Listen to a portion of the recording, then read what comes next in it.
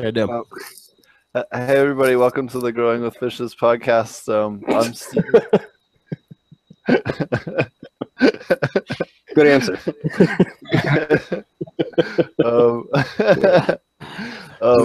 Today Your we needs have will not be addressed. So that was like the funniest time intro to the show we've ever had. Here, man, I just fucked it up too. No, it's all good. It's all good. You just made it better than it's ever been, man. Right? It's like almost as good as Marty. Like the first 5 or 10 episodes, every time I had to start by Marty, it would start with like Marty's bong bubbling. It was funny. So hey, I'm not used to video, man. Why don't we all show off what we're smoking, man? I'd like to see what you guys are smoking. My camera's busted, but they can. Right. Come on, Marty. What you got, man? I see you with the Sherlock over there. What's up? Can you grab me the bag, the smaller plastic bag that I have over Here, there? you know what? I got some of Dude's weed right here. I've got some Dude Grows Sueño. Dude Grows Grown Sueño. Wow, there's a lot of English going on in that one. Here's some Starfighter OG. All right, looks like Hard Nug, man. Yeah. Good, I got. I'm down to the bottom of the bag here. He does do a beautiful job, man. Oh yeah, that's nice. Right? Is that some of his ISS or which is that? Sueño. That is something called Sueño. Yeah. Okay. I don't think I've anyway. that one yet.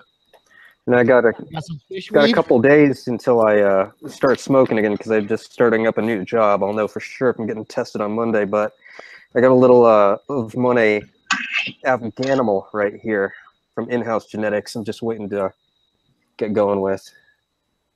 Yeah. Oh yeah, that looks fucking stinky. I did it. This is fantastic. Wow. Beautiful. Yeah. Can't wait to eat on this. So we do the Growing with Fishes podcast every week. We manually on aquaponic and cannabis topics. This week we have Scotty Real and Fish Ganja Guy, although I think Fish Ganja Guy is going to be more of a regular thing like Marty and I going forward.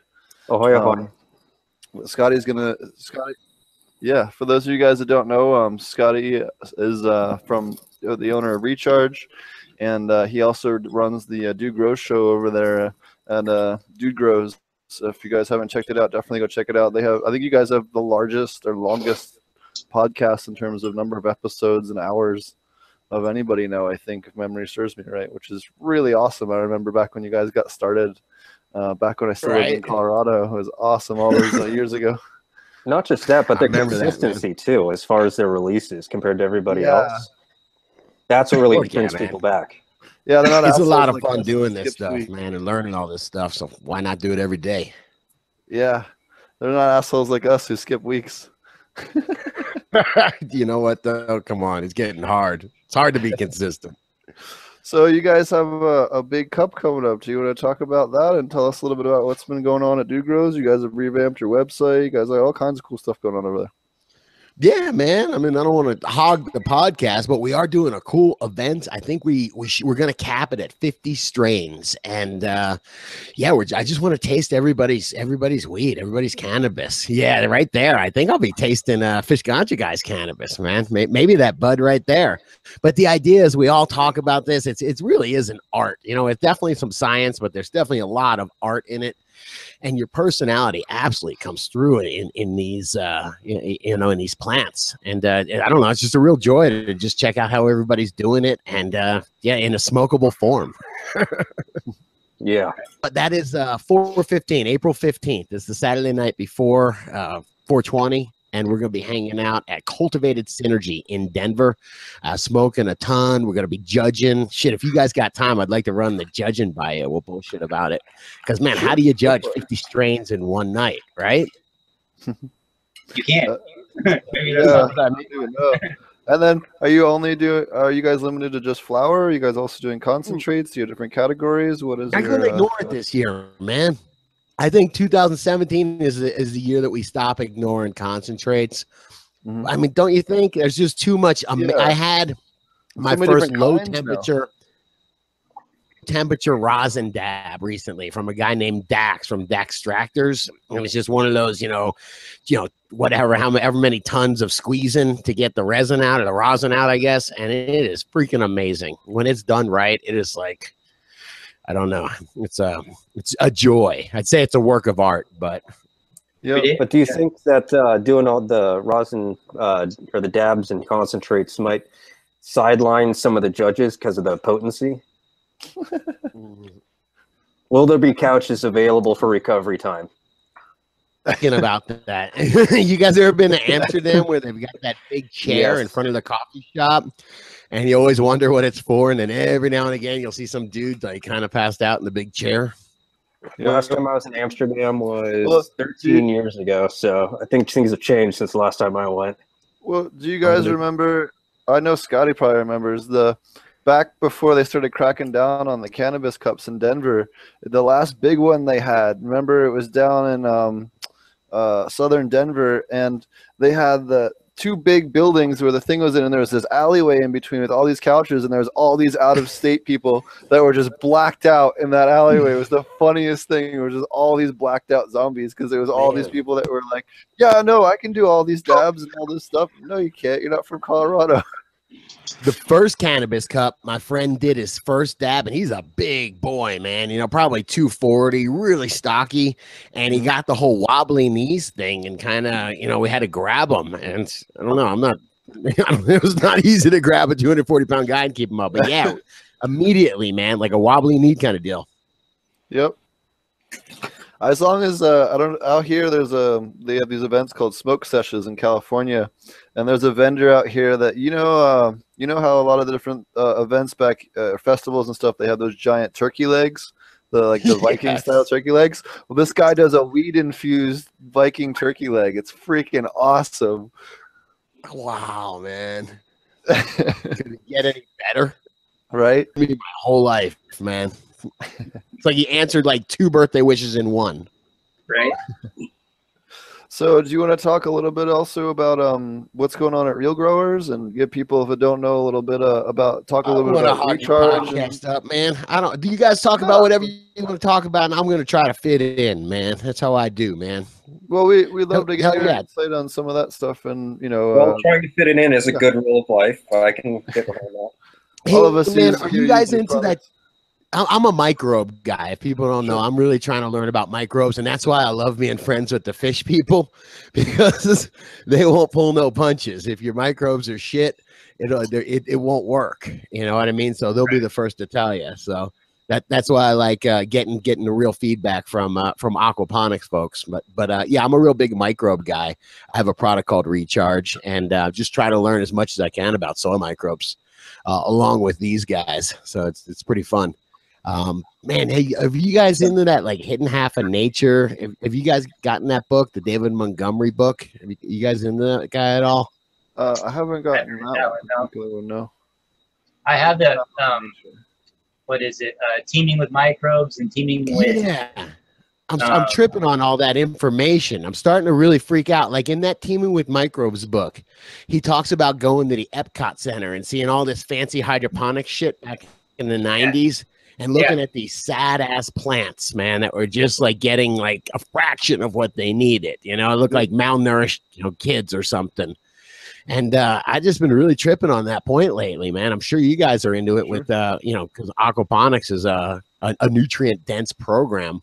But I'm really into trying to load up as much nutrition into my soil and into my food and into my cannabis as I can. I think that's got to be where the terpenes and flavors come from.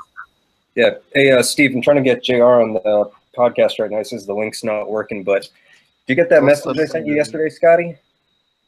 Oh, no. No, it's just I don't know. That I was thinking about. It was, why is it we pay more money for food that has less chemicals and less money for food that has more chemicals? Hang on, I'm going to try to wrap my around to it. I should probably smoke while I think about that. So why would we pay more? Do it again, man. More money for food with less chemicals and less money for food with more chemicals. Yeah, basically, why are they?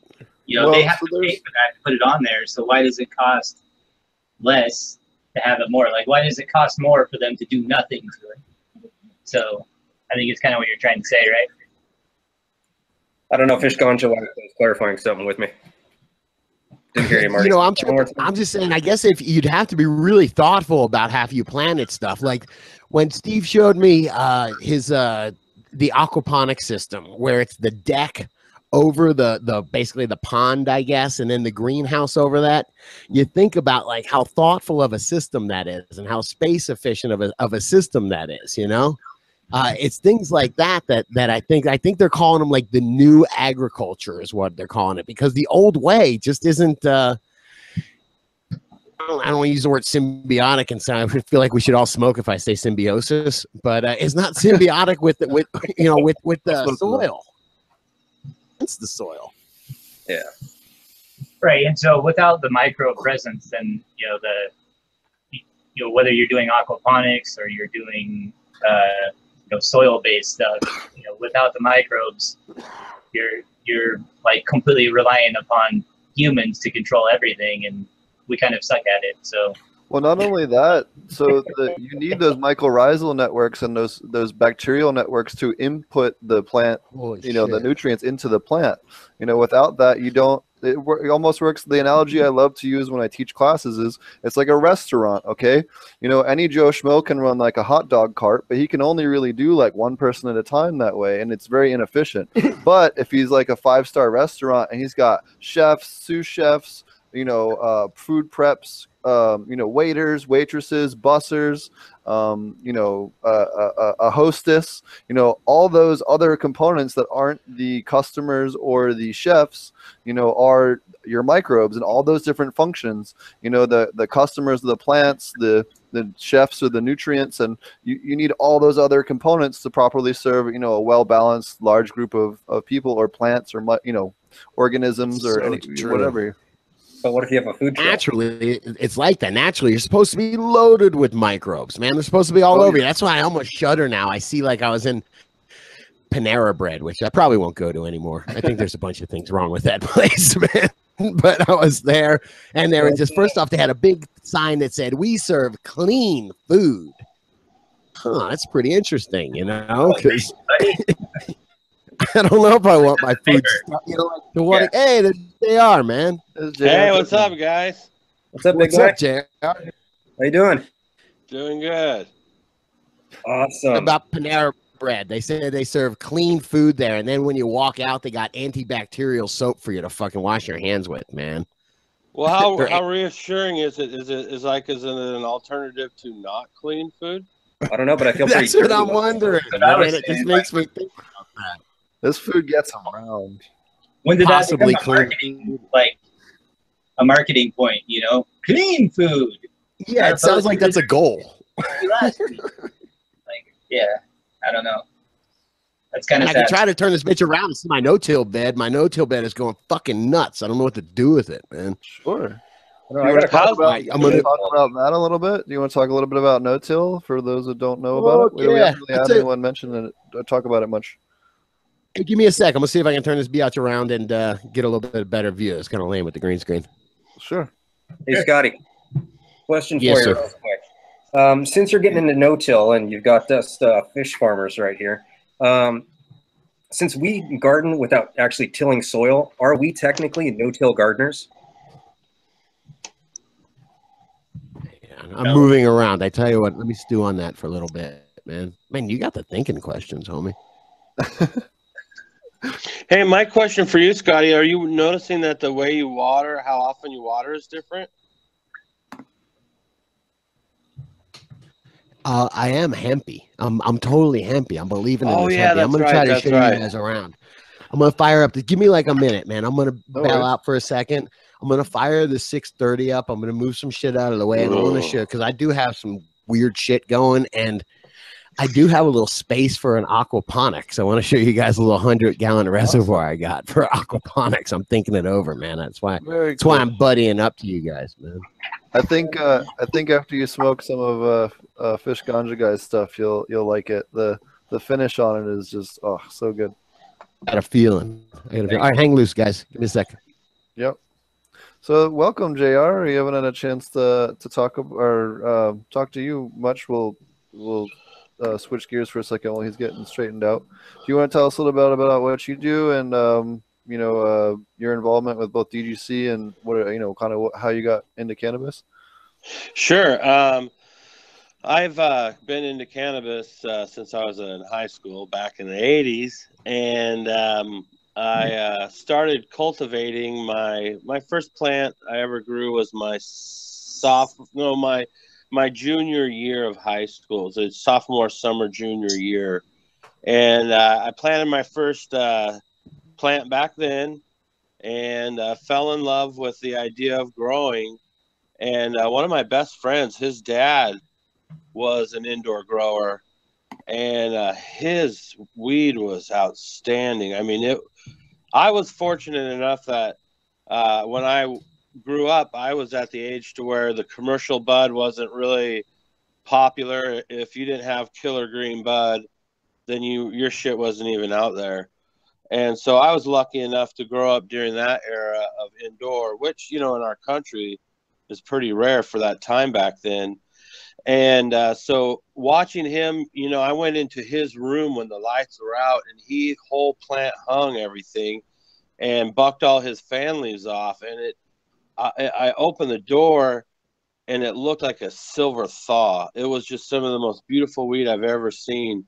And ever since then, I've had the desire to grow cannabis. And when I I'm a below the knee amputee. When I lost my leg, it changed for me. It wasn't just this recreational thing that I did once in a while to get high. It became a medicine to me.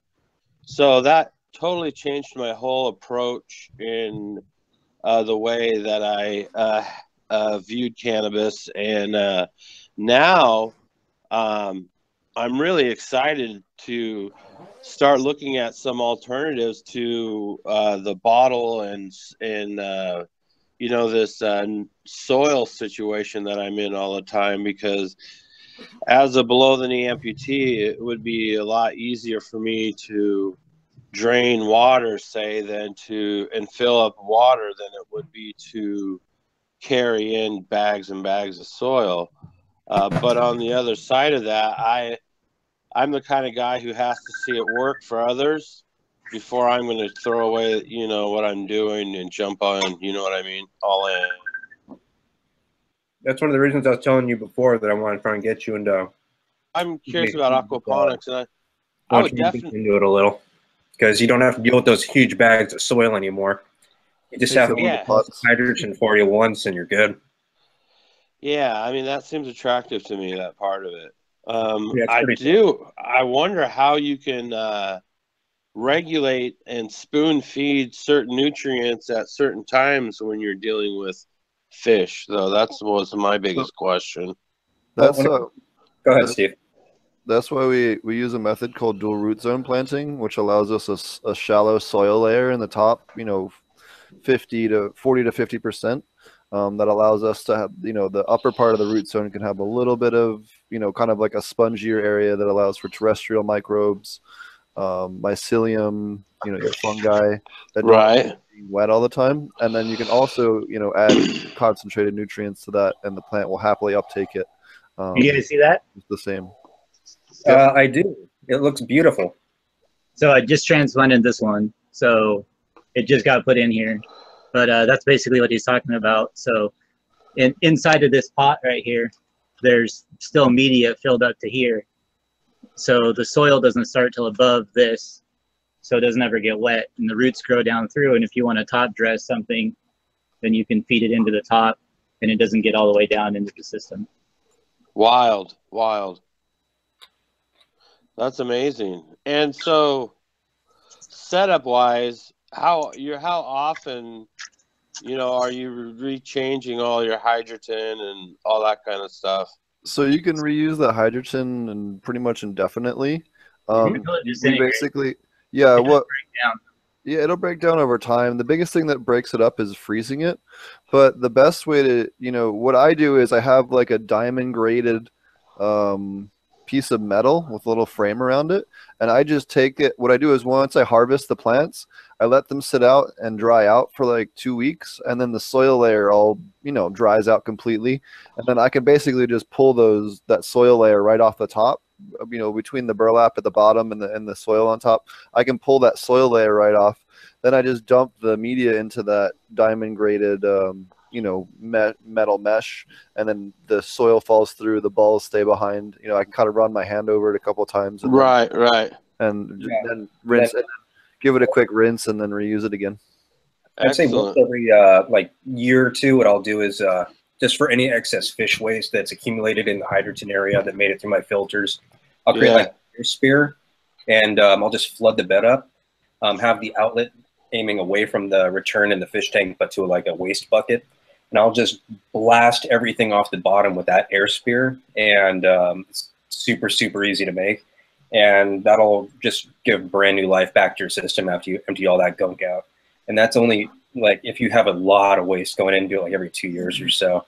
But Steve, just out of curiosity, when you say you're between grows and you can lift that burlap up, I've noticed my burlap seems to disintegrate by the end of the grow. It becomes kind of thin. Oil. Yeah, I buy the U-line. You can get it through U-line. You can get a 12-foot wide roll, and I use them in the 5-gallon buckets, and or 5-gallon pots, and it works great. The U-line burlap. I usually just go with the stuff over at the nursery. Maybe that's where I'm screwing up. Yeah, I've managed to reuse this stuff 2 or 3 times before it. Sometimes certain strains have more aggressive roots than others. It just depends on. But you wouldn't recommend using any like that shade cloth or anything like that? No, because roots can't penetrate it easy enough. Yeah, I didn't think so. It binds up and causes problems. So this is what I use. Right there. What's that? It's kind of like a shade cloth, but it's not. It's designed to go like underneath garden beds to keep out moles. Oh, I know which one you're talking about. And it looks like Scotty will jump in there too. Yeah, so man. I'm looking at that stuff. They make all that stuff. Like I one time ordered that for my farm, and I was surprised. They fucking make it right there. They got like a weaving machine in the back. I wonder if they'd make you something to order, Yeah, the important part of the barrier is that it prevents the soil from falling through, because then it'll work like a wicking bed. Which sometimes can cause issues. I know when we tested wicking beds at various depths in aquaponics, we had root rot issues right at the end. For whatever reason, the roots were just staying too wet or not getting enough. When the plant's shutting down near the end, it kind of shuts off some of the circulation. Yeah, so we had some issues with that. So I haven't had a successful wicking bed run. The plants kick ass though, up until maybe about 3 to 4 weeks before harvest, and then the whole thing droops. It sucks. To tell me that would have been was before I made 2 wicking beds. Well, no, hempy buckets, you seem to be having good luck with them. I'm just telling you about, and here's the other one, was that when we did that, it was with the smart pots, not plastic line pots. With plastic line, you're going to get if you're doing any amount of flood and drain, or if you're do the pumps kick on and circulate and then shut back off, or sure is that how it works on mine? You're asking me? Yes. No, mine's completely passive. Oh, so it's just no circulation at all. Yep, it's more like a sip. It is a complete sip. Absolutely. Yeah. It's right over there. I opened the thing so you can see it. It's just that big plastic. It's a half of a plastic tank.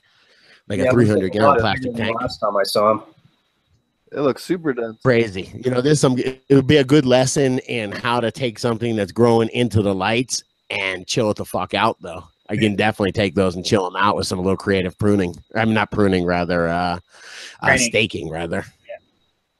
Yeah, I was gonna say there's one there, brother that blew my mind. I saw you do like a full hula hoop loop with one of your branches, tying that shit off. Yeah, man, makes little Christmas trees that go up them if they're doing well, little strong enough. Little bondage for your ladies, as I like to say. I like that, man. I have a whole video on before and after on that stuff, and that's what I had it titled, was aquaponic cannabis bondage. Nice. Yeah, isn't there nothing sadder than going into your buddy's house? He's all excited. He's like, you got to see my plants. They're growing awesome. They're huge. And they're like 6 foot into the lights, single stalk. Do you want to talk? Talk. 3 nodes total. Do you want to tell us about your grow there since you got the thing open? You want to tell us and show us around a little? Yeah, man. Let me see if I got a little. Can you guys? You know what? I don't have too much ear space, man. Man, every time Almost. I keep thinking you're putting a drill motor to your face. What's that? Every time you use that vaporizer, I keep thinking you're putting a drill motor to your face. It's weird. It's like the Black & Decker colors, right? Right. It looks like some kind of weird caulking gun or something. Man, I don't know what the hell you guys can see or not. Man. Let me try to take a look. I can see a bright white light. Yeah, I see the white room. We got about 3 or 4 feet on the left of the yellowish room. Man, I tell you what, I'm going to take the earpiece out. I'll give you a tour, I guess, man. Let me see what I can do if I can click this and get. There we go. A little bit better of a spot here. All right, I can see a little better. Pull this out of the way. Right there is the no-till bed, man. It's just a 300-gallon tank that's been just sawed laterally, I guess you would say, been sawed in half. Yeah. I think I got 5 plants in there, and they're pretty beasty. Yeah, I've been trimming them. I don't know if you guys can see. I've been having fun. Yeah, I don't have it on. The one is a 600-watt HPS that's lit up, and then on the other side is a Grow Mouse light. Man, I wish I could show you guys. Actually, he made it for me. He made the plate for me, and it says Real DGC 8 and has the Grow Mouse symbol on it. It's fucking bad as shit, man. That is tight. I didn't even know if this stuff would work. I just took basically a bunch of minerals and not really a bunch of minerals, actually. I took some minerals, meaning like rock dust and stuff like that. And then I took a bunch of nutrients, I did stuff like crab and crustacean meal and stuff because I know that's stuff that the recharge and the microbes and the trichoderma love to eat. And trying to think what else. I know I put some oyster shells in there. And I used a lot of that. What is it called? BioLive, I want to say. It's like there's neem in it. Shit, I'm trying to think. BioLive down to earth. Is that what you're talking about? Yeah, I don't think it's down. Yeah, it is down to earth, isn't it? Yeah, the box of stuff, right? Yeah, that stuff is awesome. BioLive, it's like your go-to 555 mix. So yeah, that's what I was hoping. I'd get some nutrient out of it. You do, yeah. You got nutrient and microbes. It's a great mix. Nice, yeah. So I put a big bunch of that in there, man. And I had a real bunch. It's been about 6 weeks, I want to say. And I love the way those plants look. I can forget. And I hooked it up to a hempy bucket. I actually have a drain down there. You know, these things come with a drain for, because it's a tank. And I just hooked up a hose fitting to it, basically, or a fitting to go to like a half-inch piece of tubing. And it just goes to like a 10-gallon. It goes to a float valve and then a 10-gallon tank. It's been working awesome. The soil's moist. The plants love it and are growing like crazy. And I planted some comfrey and some aloe in there. Shout out to Minnesota Nice for the inspiration. And yeah, they're just, I don't know. I haven't flipped a switch on it because I didn't have a veg. I'm used to having big grows, and I just moved into this place. And so I don't have a veg, man. So anyway, that's what this turned out to be. This place right here started out by being my veg, but I just didn't want to do a boring veg, man. So I extended it and made this a no-till bed. Nice. Let's have some circulation, actually. It actually does. I kind of use like the Everglades as my inspiration for this one. And I got like the whole underground river thing going. And it goes from one side to the other and then goes up into, I don't know if you can see it. I'll have to show you a little bit later. But there's like a 3-gallon bucket that picks up the water on the other side. And then I'm hoping I'll probably end up fermenting. I want to see if I can grow out of these containers right here. These are actually garbage cans that are filled up with cocoa core. You see the one over there is filled up with cocoa core.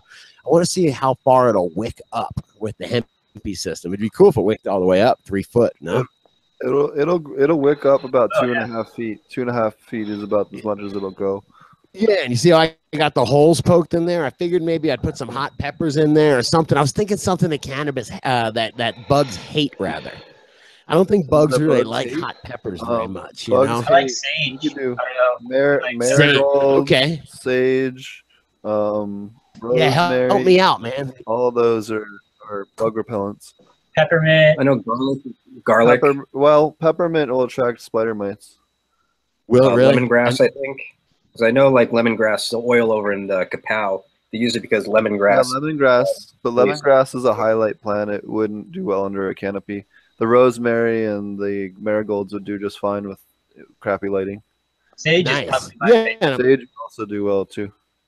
yeah, I'm thinking stuff I would Hey, Scotty, use. also, You know, if you're into microbial like inoculates and stuff like that, check out some of the stuff they have at Terragenics. So this is it's EM1. Oh gosh, I've heard of that, man. So check that out. They have Different. a lot of different stuff over there, and I use that in just about everything from supplementing my my bed. So you can see I have a down here. This is a SIPS that I feed with tank water. So it's pretty similar to what you have running on a on a smaller scale. So the water Okay, cool, man. always sits in the bottom there. And I picked up this plant from a buddy. It was looking a little sickly, and I drilled extra holes in the bottom and just sunk it down in the SIP and spread a bunch of that bokashi bran out on the bottom. And it's only been like 3 days or so, and it's already up to the net and going crazy. Yeah. And all this stuff will stay moist as long as you keep water in the bottom. So, figure out a way to fill it from the bottom, and you'll probably do a lot better with your wicking beds. Oh, yeah, they're definitely filling from the bottoms. Definitely. Right. Yeah, I learned that lesson a while. If you never mess with the top, you never get fungus gnats, and it just becomes like almost self-sustaining. It's really neat. Do you want to tell people, for those that aren't aware, what you mean when you say hempy bucket? Yeah, man, a hemby bucket or what Marty's calling them is a SIP bucket, but what does a SIP stand for again, man? Anybody remember? Planter. It's like a wicking bed, right? Yeah, sub-irrigated planter. Yeah. So basically, sub-irrigated means the water's coming up from the bottom. So you're either relying on Submarine or something, right? or evaporative wicking. Is kind of what you're relying on for those. It's good for real hot environments because there's no water exposed to evaporate. It's all right where the root zone is, and you don't get as much water. I just loss. find it so great for no fungus gnats. Yeah. Fungus Well, gnats, fungus gnats are easy if you put a deep dry layer. So if you have a lot of fungus gnats, go get some hydrogen media and throw it on top of your pots or on top of your grow media and make it, a good quarter to half inch deep. Or even you can use newspaper, you can use perlite, literally anything, any inert substance that you can pour on top. Or put and just act as a barrier. Exactly. So, and that also helps for thrips as well. I personally find the best prevention for fungus gnats is not buying roots organics. Well, hands down, the best way to get rid of them, though, and any kind of root insect or any kind of soil-borne insect is beneficial nematodes. Nothing works better as like a nuclear bomb to set off in your room than beneficial nematodes. If you ever get root aphids, I used to be terrified. I used to, have to throw everything out. And ever since I started using the beneficial nematodes, I can have a plant that's pretty far infested. We had it in the showroom when I worked at the aquaponics source. We had real bad root aphids that infested the whole showroom, and we used is that why you moved? Not exactly. And I ended up being able to eradicate, right? And after about a week and a half, 2 weeks, we put of us putting a bag of nematodes in every single grow bed. We managed to completely eradicate them. Though the nematodes had replicated and infected all the root aphids and all the eggs and all the nymphs and wiped them all out.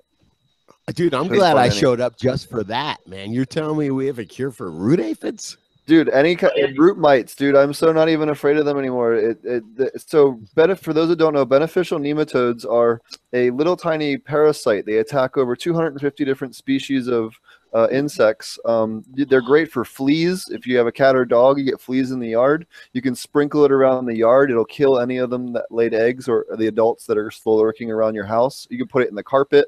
and it'll, you know, keep your house clean. If you have a flea or, you know, bed bugs, you can also use them for. But in the garden, they work really good. You put them in the soil, and they also will work really well in hydroton, like flood and drain beds, as long as they're getting good gas exchange. They can live aquatically, most of them anyway.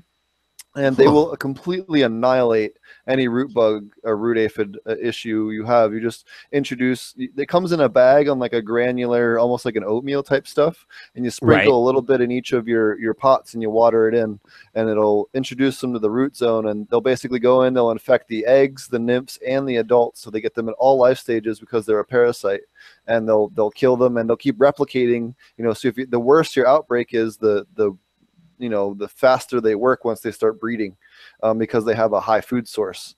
Them and beneficial wasps are extremely efficient once, you know, if you have a bigger outbreak, especially in larger grows like large commercial grows or greenhouses. And you think it matters where you get your bugs from? It does, because I've tried nematodes that I got from my shop, and I don't really have a microscope to check them out to make sure they're working right, but I feel like I get it, and it comes in a little sponge thing, in an envelope, and I do it in the water, and I don't really feel like I know if I did it right. So if you have them, introduce them directly to the plant roots. I do. Okay, yeah, that works better than just putting them in the reservoir. But we've had really, really good luck with that, curing multiple different species a couple of different times. All right, cool. I found a good source for nematodes. This one company got great reviews on Amazon. I'll link all you guys to them a little later. They've got different, it's great pricing compared to what I got over at Osh. And it came in like 24 hours in the mail, cheap shipping, had an ice pack in there. They're all fresh. And Is that like 5 months. Which one? Arbico or AR? Arbico. Yeah, I heard of those guys. Arbico. Yeah, Arbico is who the company I've been using. Arbico. But you can get them with like different blends of nematode species. Let's see. Yeah, I would say like the 3 beneficial bugs that I go for, like if I would rate them, I would say number 1 would definitely be nematodes, and then like a mixture of predator mites. Like I'll go with the triple threat, because there's lots of different kinds of mites, obviously, but just like there's different kinds of predator mites. So and what's that? The Persimmons, the Californicus, and I can't remember the other one. The Andersoni. The Californicus is the one that's really hot around here right now. Yeah, so there's predator mites, I would say, number 2, and then just sort of the all-around, you know, kind of cheap shotgun is the ladybugs. You know, they're cheap, and effective, they do and work a lot. They do end up, I think, when I use them without nematodes or predator mites, I feel like they end up just farming bugs, so they don't ever get rid of them. They just sort of like keep eating them as they hatch. So,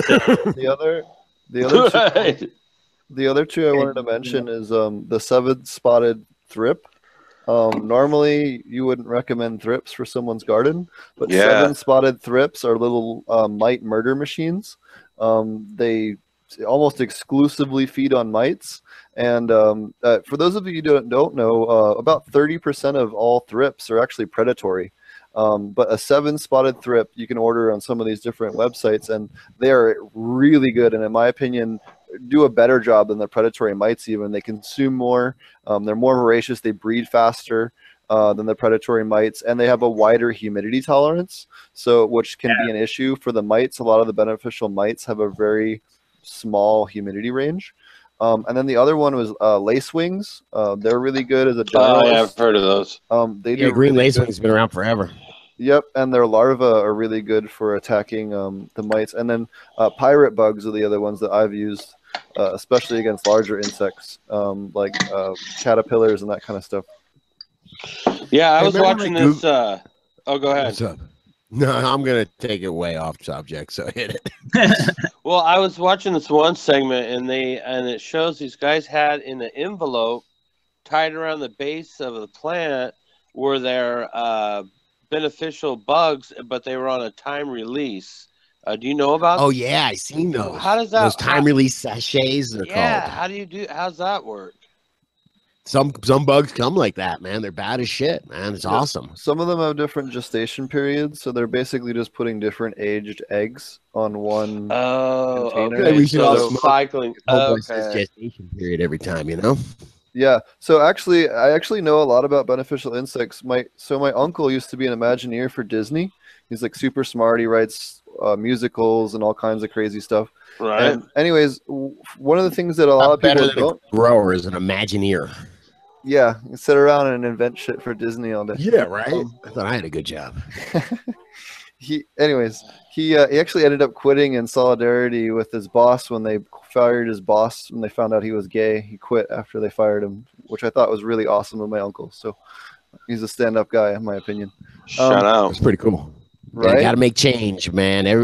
Change happens by one person at a time. Well, standing you're up like, for man, people. I know that guy. That's where it comes from. That's how it happens. If you don't know anybody that believes a certain way, you get nowhere.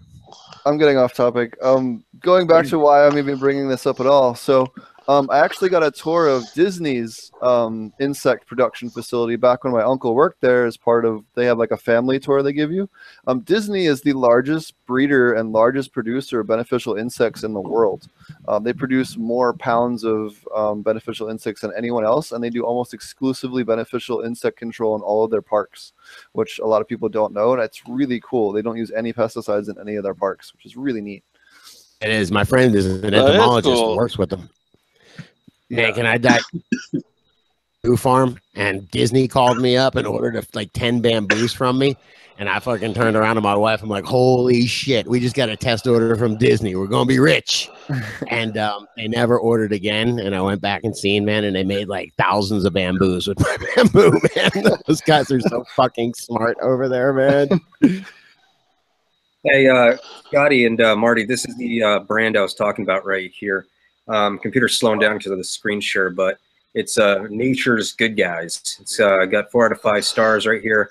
And this one right here is a little pricier than the one that I went with, because this one's got like 3 or 4 species, or 2 species nematode going in there right there. I just got the one that has just, I think, SF, which focuses primarily on the fungus gnats and like 2 other things. But they've got a lot of stuff. I paid like $13. It was probably $20 cheaper than what I would have got at Osh, and better reviews on the company. Orchard Supply and Hardware. Gotcha. Yeah, it's just local. I just wanted to mention. Get all Brian Go had an awesome comment. He goes, "That's what happened at the Legoland with the Legoland Imagineers." LOL. I don't know if you guys heard that story. What happened in Europe? Oh, okay. So since you guys don't know, well, this is really funny. In the UK, there at Legoland, the very back of the property, there was like a small abandoned village from like World War II or something, and no one had lived there for a long time. Well, some dudes boarded up all the windows of all the buildings, and they converted all of them to full grow-ops, and then ran the wiring to Legoland to hide the power bill. Nice. God, man. Hero. They got busted. There's thousands and thousands of pot plants at Legoland in UK. It was freaking awesome. It just got uncovered a couple weeks ago. That's great. I want to know how many runs they did. Find that story, dude. We got to do that story, man. Dude, I have it. I'll send it to you. Since we're on the topic of stories, what does everyone think of what happened with Mark Emery this week? That was some fuck shit. Yeah, let's talk about that, because I don't fully understand it, man. Is that the Canadian guy? Yeah, okay, so his wife came up. I met him in Montreal. He's a really cool dude. Yep, I smoked bong hits with him too, man. And me and the dude were sitting in his lounge or whatever. That I was looking, like when Volcanoes first came out, there was a vapor lounge that he had going. And I was like, fuck yeah. And we went and sat in it, smoked volcano bags. And then it was real quick. I'm sorry to hog the story, but it was the best thing in the world. There was a super hot red-headed chick on this. I think it was Cannabis Culture magazine. Was that what he was doing? Is that his magazine? That's his company. Girls there on the cover. Yeah. And I'm looking at, I picked up this one because I was in another country and it said how to score around the world, you know, like a double entendre. But I was like, I thought it's like how to score weed around the world. I was like, cool, I want to read this. And dude, the chick that was on the cover was there. And, you know, I guess she works at the Vapor Lounge as well. And she was just like, oh, I see you like my cover. And I was so fucking stoned. And I looked up, the chick from the cover of the magazine became real in front of me. I was like, what? He came over because the hot chick was near us, so he had to come over too. So somebody tell me what happened to Mark Emery. I've been so fucking busy. I have no idea. Okay, let's do it. Nothing good. They were heading out to go to Spanibus, and I guess the Canadian government did a full sweep, arrested them, arrested a bunch of people at their dispensaries, and shut them all down. They're in jail. Jody got out. Jody got out this weekend and was on Hash Church. So if you watch last week's Hash Church, she's on there and she kind of breaks it down as to what's going on. Wow, that sucks. Yeah, she was pissed, man. I saw some interview with her, and she was pissed. The fucking lawyer came up and whispered in her ear, like, shut the fuck up. It was awesome. She was going off. Yeah. Well, they're facing some pretty serious charges. So what is the deal? They were running dispensaries? Is that what's going on?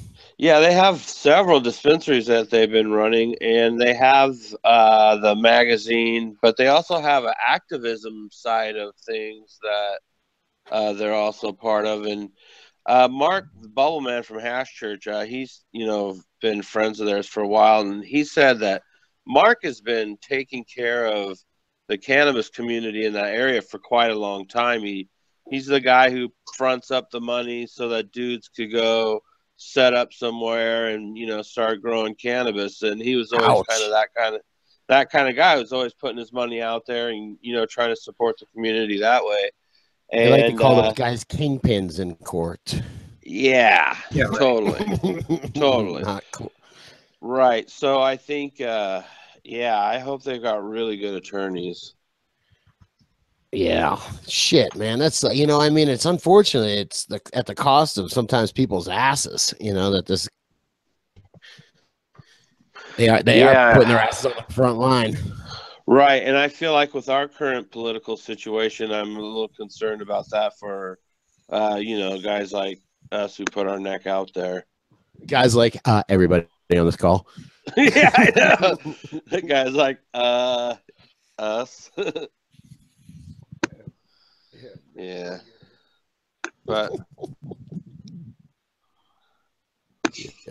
yeah, that sucks. I mean, and especially for Canada because they've been trending towards total legalization for a while. That and they're projecting on doing that. So just makes you wonder why they're going after somebody like that. Well, it seems like the new guy, Trudeau. Yeah, what's the deal? Trudeau, yeah, Justin Trudeau switching to concentrates now, man. It's getting serious. He says that he wants to do legalization, but he's not really moving, and he's like the person who's in charge of dealing with it is also the person who used to be in charge of busting it. So I mean, he's made some moves that are kind of like not settling well with the cannabis community up there. Yeah, that's what I thought was fucked up, man. The action saying.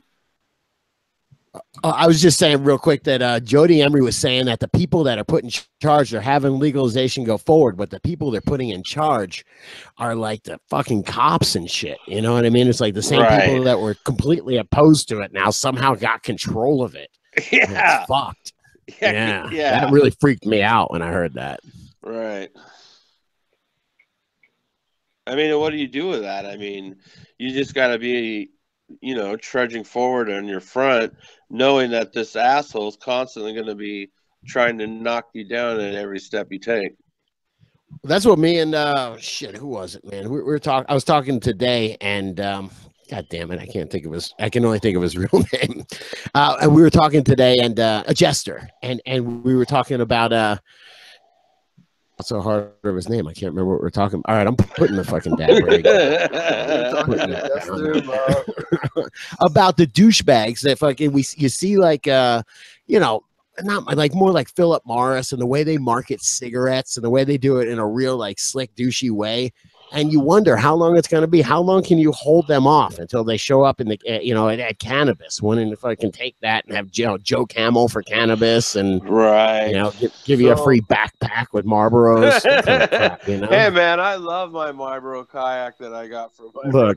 I got to be honest with you, for hustling, those big Marlboro fucking red, like Team Marlboro bags were the best. You could put like 18 fucking fluffy pounds in one of those things, man. Well, my brother was a rep for those guys. Allegedly. My brother was allegedly, yeah. Yeah, really. My brother was a rep for those. My brother was a rep for those guys, and he used to give us all those points because he would fill the machines from the carton, and the carton would have all the points on there. Dude, I had fucking Marlboro. I had Marlboro shit. Tons of it. It was ridiculous. The fucking kayak. No, I still have the kayak, man. That's awesome, man. That's awesome. I know. I was actually had a friend of mine that was up at a seminar. Actually, I won't even say where, but saw a Philip Morris representative talking about how they were planning to switch to the cannabis market. And, really? Different things. They don't see that money? No, dude, money's green is green. They don't care. They can grow it and sell it, and you can smoke it. They're fine. They don't care. You know what? I'm just wondering how long it's going to take the cartels to figure out how to take all their crappy weed and turn it into concentrates. Well, look at what they're doing now. Colombia right now is having a huge cannabis boom now that the FARC war is over, because they eased up restrictions on cannabis and cocaine and again in Colombia, and now the production's going through the roof. Huh. Interesting. Cannabis, that's okay. Cocaine, that's okay. That's okay. I seen something today. Go ahead. Really quick, Dewey Mr. Jeff has a really good Facebook. He does a lot of good Facebook posts, and one of them was one of these Belgian companies. I can't remember. Belgian pharmaceutical company got busted for selling 2 million ephedrine pills, which is like the starter material for crystal meth. Oh yeah, over to like some Mexican drug lord for like $12 million or something, and they were like, it's cool. Yeah, they were literally sending like tons of pills over to them, man. Yeah. Dirty that shit is, man. Oh, man, and they ordered. Yeah, and see, so they put all those restrictions here in the United States on Sudafed and stuff and stopped a lot of the home manufacturing. And so the Mexican cartels, they've made a relationship with China, and they're ordering that shit by, like you said, by the 55-gallon drum barrels. Yeah, it's crazy. And they're manufacturing, I think it's hundreds of pounds of meth a day. Man. Yeah, and that's just so fucked up. Well, what happened I was watching this on one of those law channels. I don't remember what it was, but anyways, they said that the Asian cartels created this really pure super meth that they called it. This like really super meth. And so I would just call it super meth if I was them, man. Right. So then they super meth. They sold the way to make it to the Mexican cartels, because the Mexican cartels could get access to all the chemicals that they could no longer get access to in the United States. So then the Asians had also access to all the shipping ports all up and down the West and East Coast. So they went in bed with the cartels, and now the cartels are doing all the manufacturing, and the Asian cartels are kind of controlling all the ports, and they're just funneling massive amounts of this really super high-grade meth that they're making for super dirt cheap. Well, at least it's high grade now, Dan, at least it's cheap too, man. I like that, man. You guys are so fucking positive. I love you guys, man. Price down, quality up, you know. Fuck yeah, man. Fuck yeah. All right, guys, I think I got to bail. I'm actually supposed to be cooking artichokes with my wife. And it's veggie night, man. All right. But the longer you wait, the more, chances are it'll be done by the time you get there. They take an hour, man. So I told her I was going to go kill some time and hang out with my friends, man. But I think I pushed it to the limit. Yes, sir. I got one quick question for you. Is there a Dude Grows Facebook group? I don't know if there's a group. I think there's a page, man. I think there's just a Facebook page. Okay. Oh, something about the DGC Cup we didn't mention earlier. Yes. That's an invite-only event, correct? It is, man. It is, absolutely. If you guys have cool people that you would like to invite, I am wanting to have a lot of nice people there and a lot of good people there and a good time. So yeah, it's an invite only, but if you're cool, I can probably swing an invite for you. That's why I just wanted to bring that up for the legality of the event, that it's not just an open party where people just go up and walk on in. That is true. That is true. Yeah, you're not allowed to have just open cannabis parties, man. It's kind of weak. What kind of a world are we living in? You know what? How would people find? DGC Cup. You can find it out at dudegrows.com/DGC Cup. Definitely tons of information there. If there's all the information you need is right there. In April 15th, it's gonna be a good time, definitely. Sounds good. I know JR's going. No, I'm there. I know Fish is going. I'm gonna do my best to be there. Oh man, sounds like we're gonna have to go get the van. I got to go get the black van. I'll get new tires on it, man. That's all right. Fish ganja guys, so man. Well, man, you gotta go. I heard there's gonna be punch and pie. We gotta be there. Yeah, and I tell you what, man. Did you guys hear? I don't know if you heard this morning's show, but Moby Dill was on, and hey, he sounded like he was taking it so fucking serious, man. I was like, holy shit, dude. He was getting into the psychology of it and shit. You got to think like the Bud thinks, man. Man, I'm telling you, that was a great show today, Scotty. I really thought that was good. You guys covered some good shit, and I'm glad you got them to talk about what lighting they were using, because I could tell by their shit that it wasn't just that it wasn't just high pressure sodium. I knew they were using some kind of ceramics or either white light, man, that bright white. I knew it because I've been watching Moby Dill's Instagram pictures, and dude, you can tell by looking at it. You can tell it's insane.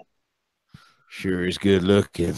Yeah, I'm into that ceramic metal halide. I really am. I'm almost more into it than I am LED. Yeah, you guys see the 630 over there? I'll try to show it. Let me see. Is that where I'm putting your aquaponic grow garden? Oh no, the aquaponics is going up here, man. That's the soda machine, man. Right there, I got the 100-gallon tank. Nice. So I was just thinking about doing something, maybe putting that at ground level and just putting something in there and mess with it, have some fun with it. I don't know. Dude, that's is that? Yeah, I never go under 100 gallons, but 100-gallon tank with just like a 5-gallon bucket for a little solids filter. Dude, that's perfect. Interesting, man. We might have to mess with it. It'd be kind of fun to get that bed rocking with some fish, man. Dude, I could do that in like a day for you, just taking the parts.